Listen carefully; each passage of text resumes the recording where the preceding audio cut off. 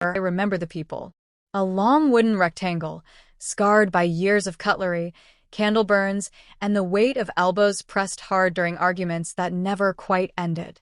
The table had its own kind of heartbeat, one that thudded whenever laughter spilled across it, whenever secrets were whispered at its edges, whenever plates crashed in anger. That table was the center of our family's world. It was the stage for every story, every memory, every performance that made us who we were, or who we pretended to be.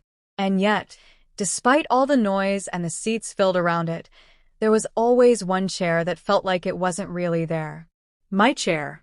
The one that belonged to the ghost. You see, I wasn't missing in the literal sense. My body was there. My plate was there. My fork scraped against the same dishes as theirs. But while my sister's laugh rang like silver bells, mine went unheard. While her victories were toasted with glasses raised high, my attempts dissolved into silence. The table was where we gathered, but it was also where I learned what it meant to vanish in plain sight. To be present but unseen. To be spoken about in the third person while sitting right there. I can still feel the heaviness of those dinners. My sister at the head of conversation, glowing as though a spotlight followed her everywhere. Every story somehow bent to her angle, every detail retold until she became the heroine of even the smallest events.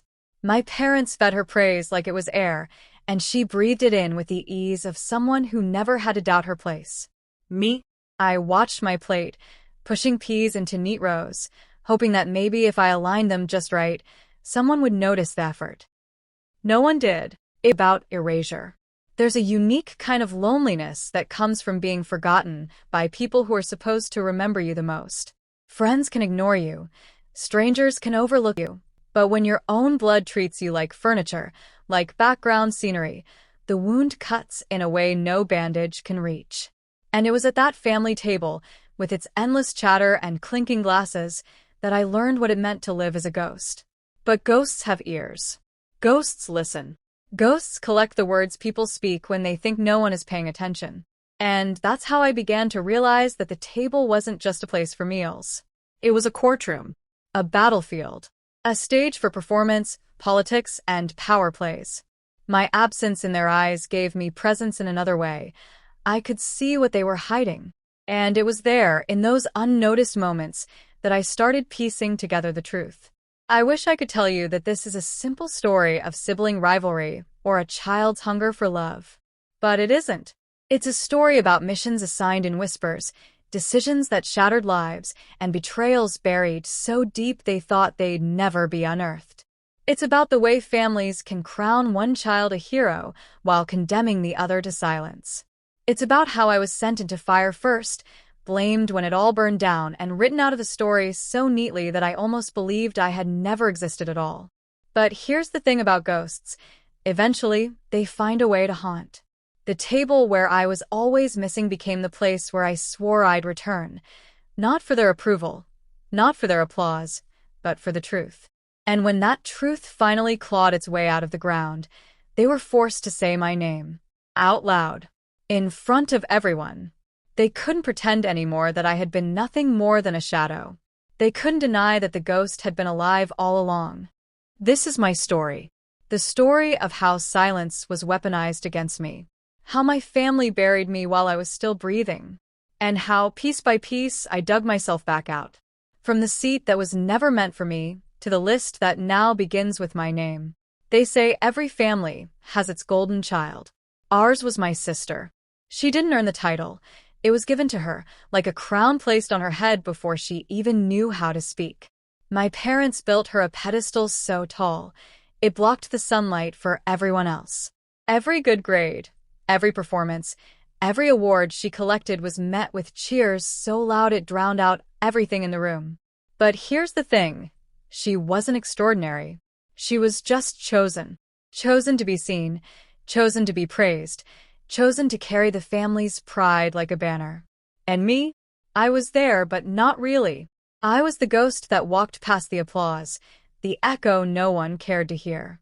They told me often that I was quiet, reserved, different, as if those words excused the absence of recognition. I became wallpaper at my own table, blending into the background while my sister stood center stage. I didn't hate her for it. I envied her, yes. I resented her sometimes. But mostly I hated myself for being so invisible. A night, lying in bed, I used to rehearse conversations in my head, clever things I could say, stories I could tell, ways to make them laugh. But the next day, when I opened my mouth, the words crumbled before they reached the air.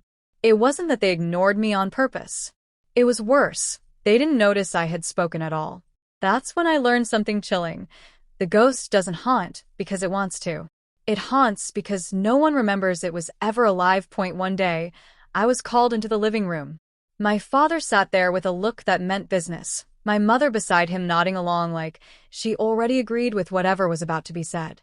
My sister was there too, but not as the subject.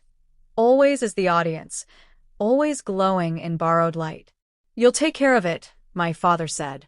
No explanation, no choice. Just an order handed down as if I were a soldier, and he the commander. Take care of what? It didn't matter. The mission was never mine to choose. It was theirs to assign. School errands, covering for lies, being the one to absorb blame when things went wrong. If there was a burden to carry, it somehow landed on my shoulders. Not because I was capable, but because I was expendable. My sister couldn't be risked, couldn't be tainted. She was the face of the family. I was the mask they sent out when trouble loomed. And I did it. Every time. Hoping maybe this was my ticket to finally being seen. Maybe if I did well enough, maybe if I carried the weight without complaint, they'd finally say my name with pride. But missions given in silence never end in applause. They end in more silence. And silence, I learned, is the loudest rejection of all. There's a moment in every forgotten child's life when desperation turns dangerous. For me, it came in the form of a voice, not my own, but one I clung to because I was too tired of listening to the emptiness. "Do this," the voice would say. "Say yes. Obey. Maybe then they'll notice." I followed it blindly, took paths that weren't mine, agreed to things I didn't want, became someone I wasn't. And for a flicker of a second, I thought it was working. They looked at me, finally, but only to measure whether I was doing the job right. Approval dangled like bait, always out of reach, always moving farther the closer I thought I got. And when it all collapsed, as it always does when you live someone else's script, I was the one left standing in the rubble. My sister's crown remained untouched. Mine? I had never been offered one to begin with. It happened one evening, like it always does, with the family table as the backdrop. Something had gone wrong, a problem bigger than usual. Words flew like knives, accusations bounced between walls. Then came the command, "Send them in first." I didn't protest. I couldn't. The ghost doesn't get to refuse. I was pushed into the fire, made the test subject for chaos while the others watched from safety. And when the flames grew too hot, when the damage began to spread, they pulled back. Not to save me, but to save themselves. I was left burning. That's how it always was. If danger came, I was the shield. If blame came, I was the target. And slowly, the ghost that once hoped for recognition began to realize something darker. Maybe they wanted me to disappear all along. The day came when judgment was passed.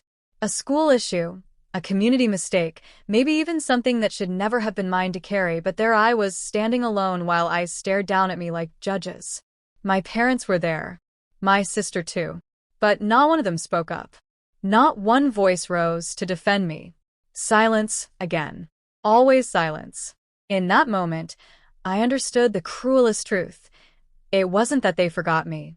It was that they decided my story wasn't worth defending. What do you do when the very people who are supposed to protect you become the ones sharpening the knife? When the word fault is branded onto your skin by your own blood? I'll tell you, you stop believing in safety. You stop believing in family. You start believing that maybe they're right, that maybe you really are the mistake they whisper about when they think you're not listening. But deep down, a spark remained. Small, fragile, but there. The spark that whispered, "No, this isn't the truth. This is the story they've written for you because it's easier than facing their own failures." Weddings, birthdays, celebrations, Pictures hung on walls that didn't have me in them. Invitations that never arrived.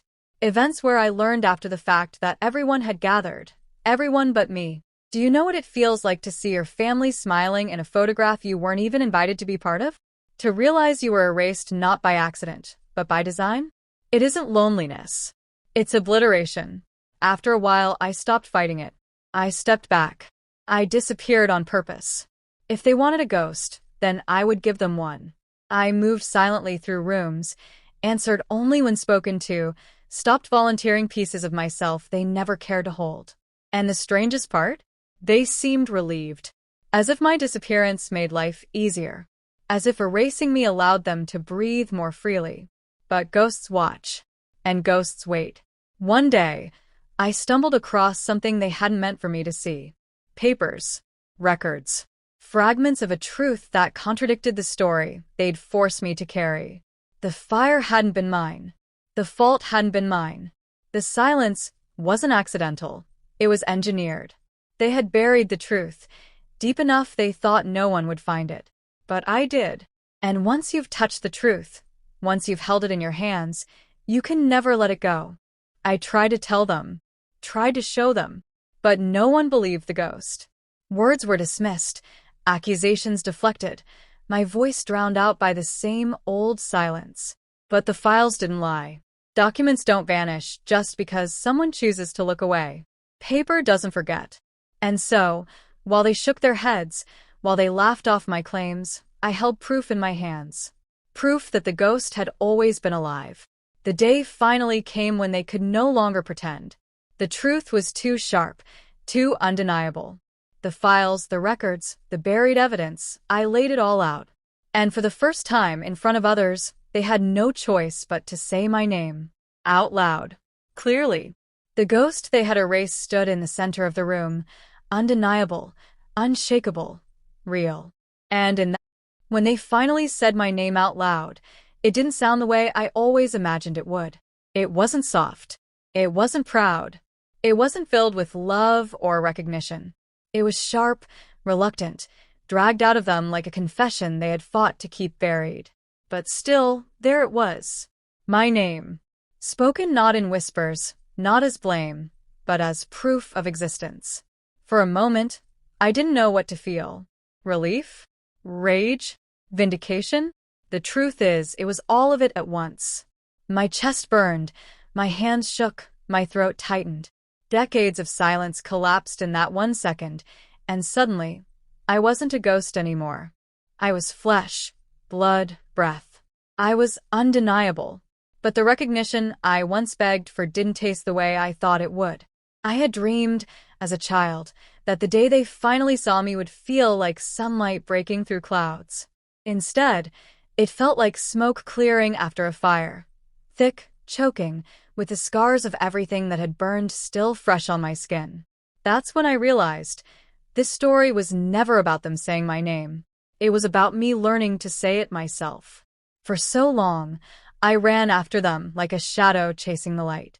I thought if I could just prove myself through obedience, through sacrifice, through silence, they would love me. They would finally see me. But love built on conditions is not love. Approval bought with silence is not respect. I stopped chasing. I stopped waiting. I stopped hoping that one day they would give me the seat at the table I always wanted. Because here's the truth. If they wanted me to disappear, then it was never my table to begin with. So I built my own. And my table? It doesn't have missing chairs. It doesn't have ghosts. It has people who listen, who see, who hold space for one another. It has laughter that doesn't drown anyone out. It has conversations where no one has to beg to be heard. At first, it was small, tiny victories, quiet steps. Speaking when my voice shook. Writing down the truth even if no one wanted to read it. Choosing friends who treated me like family, and family who treated me like treasure, even if we weren't bound by blood. Then it grew. My own work. My own achievements. Not because I wanted their recognition anymore, but because I wanted my own reflection to finally smile back at me. Every time I chose myself, the ghost faded a little more. Every time I told the truth, the silence cracked. And slowly, I understood. Legacy isn't what others decide to remember about you. Legacy is what you leave behind when you finally decide to live. The family table, where I was always missing, still exists. The chairs are still there. The silverware still clinks. My sister still shines in the spotlight they keep fixed on her. But the difference is, I don't sit there anymore waiting for scraps of attention. I don't bend myself into silence for a seat that was never mine. Because I have my own table now. My own story. My own name. And when people gather at my table, friends, strangers, chosen family, there is no missing seat. There is no ghost. There is only presence. Only voice. Only truth. So if you've ever felt invisible, if you've ever felt like the ghost in your own home, remember this. You don't need their invitation. You don't need their list. You don't need to haunt rooms that were never meant to hold you. Build your own table. Write your own list. Say your own name out loud. Because sometimes the greatest victory isn't when they finally remember you. It's when you finally remember yourself. At first,